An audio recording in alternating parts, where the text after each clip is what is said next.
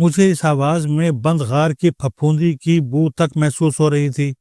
وہ بولا، میں نے 20 سال انتظار کیا۔ یہ انتظار روز دروازے کی دستک بن کر میرا کیواڑ بجاتا تھا۔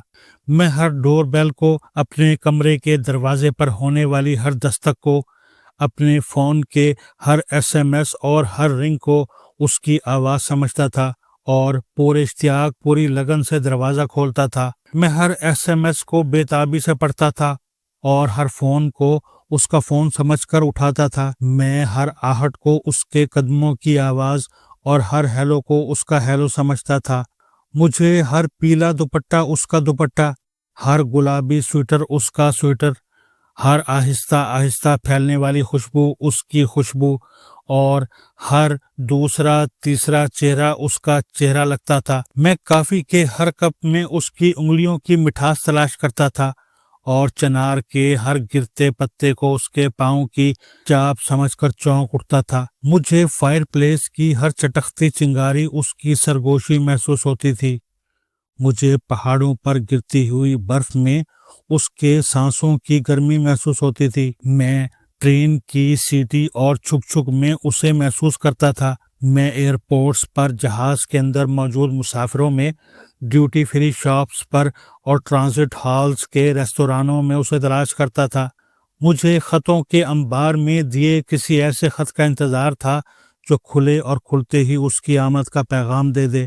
میں گیندے کے پھولوں کے موسم میں اسے تلاش کرتا تھا اور گلاب کی جھاڑیوں کے قریب بیٹھ کر اس کی باتیں، اس کے کہہ کہے یاد کرتا تھا۔ مجھے دیوسائی کی جھیلوں میں اس کے پاؤں کا عکس نظر آتا تھا اور میں ہر سال اس کی یاد منانے کے لیے شگر، شنگریلا، پیرس اور کیپری جاتا تھا اور گھنٹوں جھیلوں، دریاؤں اور آبشار کے پاس بیٹھا رہتا تھا۔ میں نے اس کی پسند کی ایک ایک فلم سینکڑوں بار دیکھی اور اس کی پسند کے گیت ہزاروں بار سنے۔ میرا دل کہتا تھا کوئی ایک دن اسے واپس لے کر آئے گا اور اس کی واپسی میری زندگی کے ٹوٹے ہوئے دھاگے پر دوبارہ گرہ لگا دے گی۔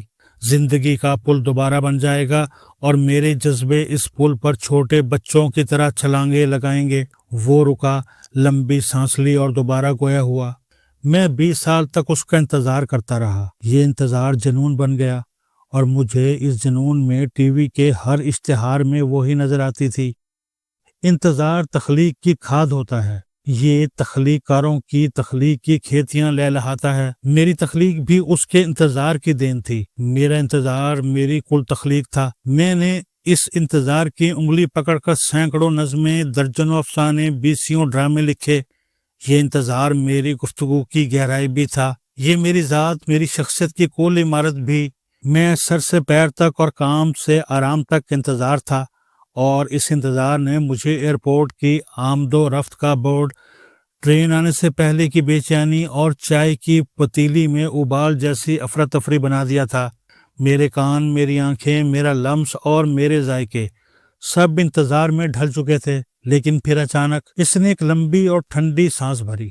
لیکن پھر پچھلے مہینے یہ انتظار ختم ہو گیا۔ میری ڈور بیل بجی، میرے دروازے پر دستک ہوئی اور وہ میرے دروازے پر کھڑی تھی، میں جس کا 20 سال سے انتظار کر رہا تھا۔